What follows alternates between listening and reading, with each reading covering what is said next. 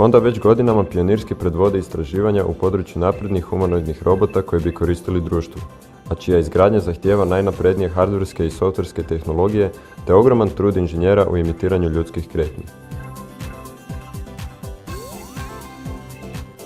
Glavni cilj, stvoriti robota koji može autonomno funkcionirati u ljudskom okruženju i pomagati ljudima u svakodnevnom radu.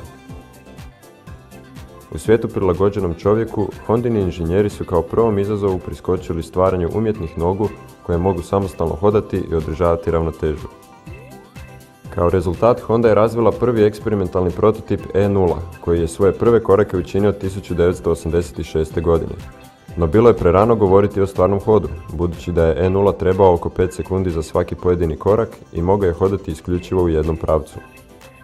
To statično hodanje ni po čemu nije bilo nalik ljudskom dinamičkom hodu, pa su inženjeri proveli intenzivna istraživanja načina na koji ljudska bića hodaju i održavaju ravnotežu. Kako se koljena pomiču dok hodamo? Koliku silu podnosi pojedini zglob? Koja je prosječna brzina hoda? Odgovaranjem na ta pitanja otkrili su da ljudi pri hodu na trenutak izlaze iz ravnoteže kao da će pasti prema naprijed.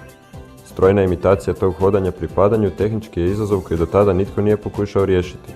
No nakon stotina testova 1988. godine Honda je uspjela u kreiranju prvog uspješnog hodajućeg prototipa E2. E2 je mogao hodati brzinom 1,2 km/h na ravnom terenu, a daljnji roboti E serije pokazivali su i značajniji napredak, poput penjanja po stubama ili prekoračivanja prepreka.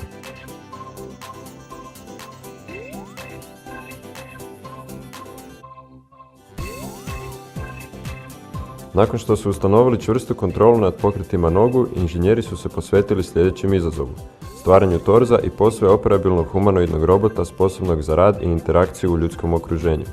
Rezultat je bio P1, Hondin prvi prototip humanoidnog robota dovršen 1993. godine.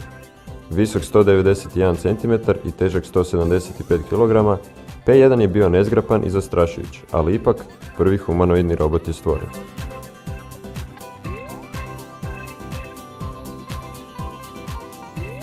Tri godine kasnije prototip P2 donosi značajne nove napretke. Napredne Hondine tehnologije omogućile su fleksibilnije pokrete nogu, značajno bolju ravnotežu, hod po neravnim površinama kao i automatsku reakciju i očuvanje ravnoteže kad je pod utjecajem vanjskih sila. P2 je mogao obavljati jednostavne zadatke, kao što je guranje kolica ili zavrtanje vijaka. Bio je visok 182 cm i težak 210 kg, a u svom ruksaku je po prvi puta imao smještenu svu potrebnu elektroniku i mehanizme. 1997. godine Honda je predstavila P3, prvi potpuno autonomni prototip humanoidnog robota.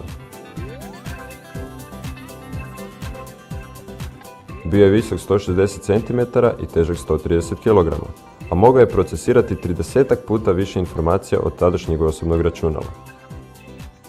Hodao je brzinom od 1,9 km/h s izvrsnom ravnotežom i fluidnim pokretima.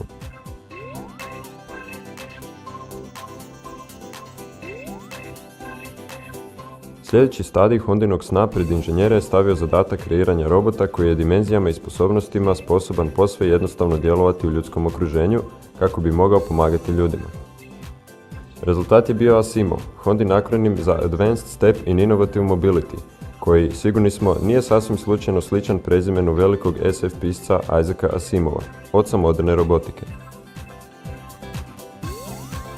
Predstavljen u studenom 2000. godine, Asimo je bio visok 120 cm i težak 52 kg.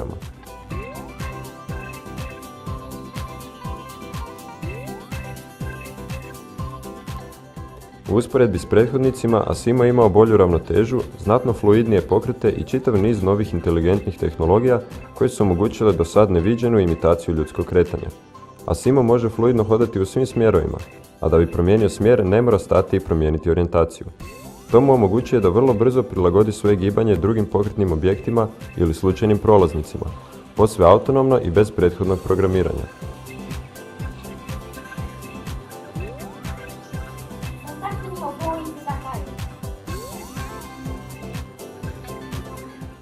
Asimo može mijenjati brzinu i duljinu koraka u realnom vremenu i usred pojedinog koraka. ubrzavajući i usporavajući usporedno s promjenom okoline. Zahvaljujući ultrazvučnim, infracrvenim i laserskim senzorima, Asimo detektira druge robote, statične objekte i ljude, a na osnovu dobivenih informacija može mijenjati svoju rutu u jednostavnim, ali i kompleksnim situacijama s više smetnji i distrakcija istovremeno.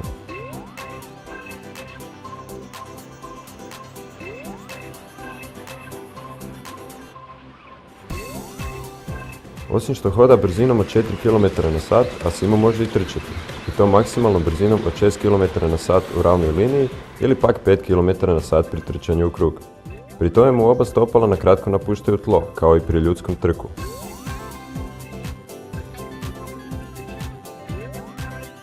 Ovih 0,8 sekundi leta možda ne zvuči impresivno pri usporedbi s čovjekom, no valja imati na umu da se radi o posve autonomnom mehaničkom stvorenju.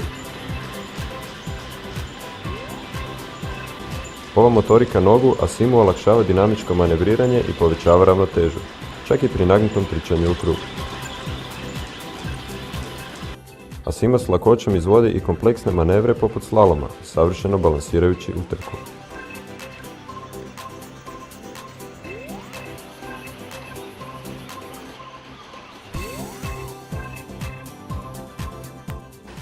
Najfascinantnija je svakako fluidnost kojom Asimo savladava stepenice, kako pri penjanju, tako i pri silasku.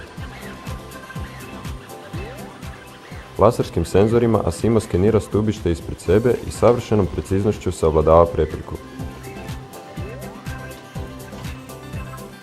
Ipak, mnogo fascinantniji je silazak, koji zahtijeva još preciznije kalkulacije i savršenu ravnotežu.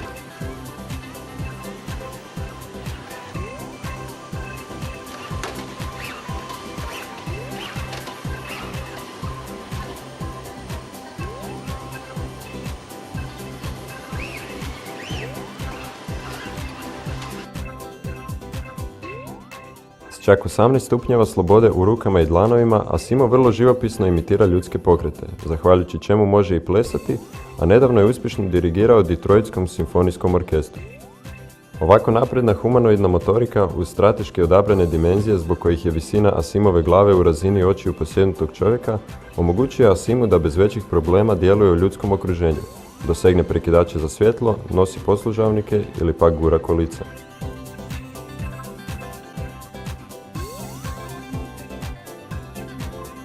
I came for delivery. I brought coffee, chocolate, tea and iced tea.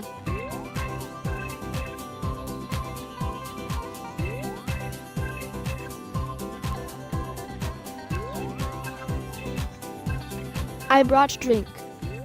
Well then, I'm done with delivery.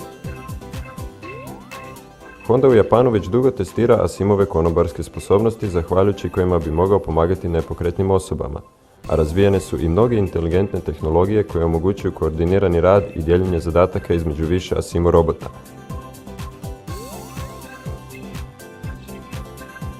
Dobar primjer je posluživanje više stolova u kafeteriji, gdje jedan Asimo delegira svoj zadatak drugom Asimu kako bi što prije mogao preuzeti prazna kolica.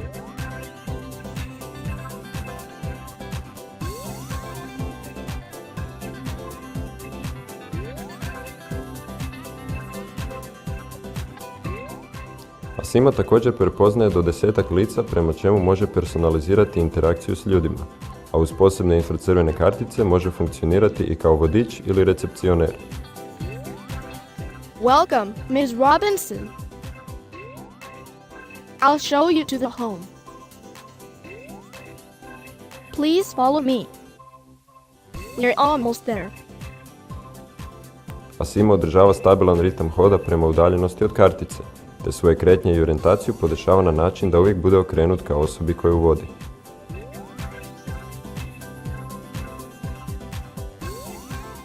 Please take a seat.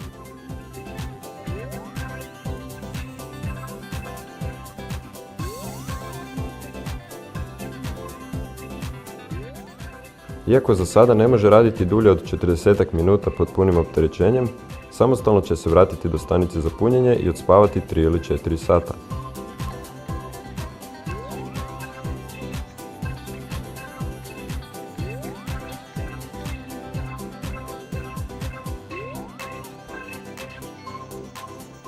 A kakve sve tehnološke novitete spremaju Hondini inženjeri dok Asimo spava, možemo samo nagađati.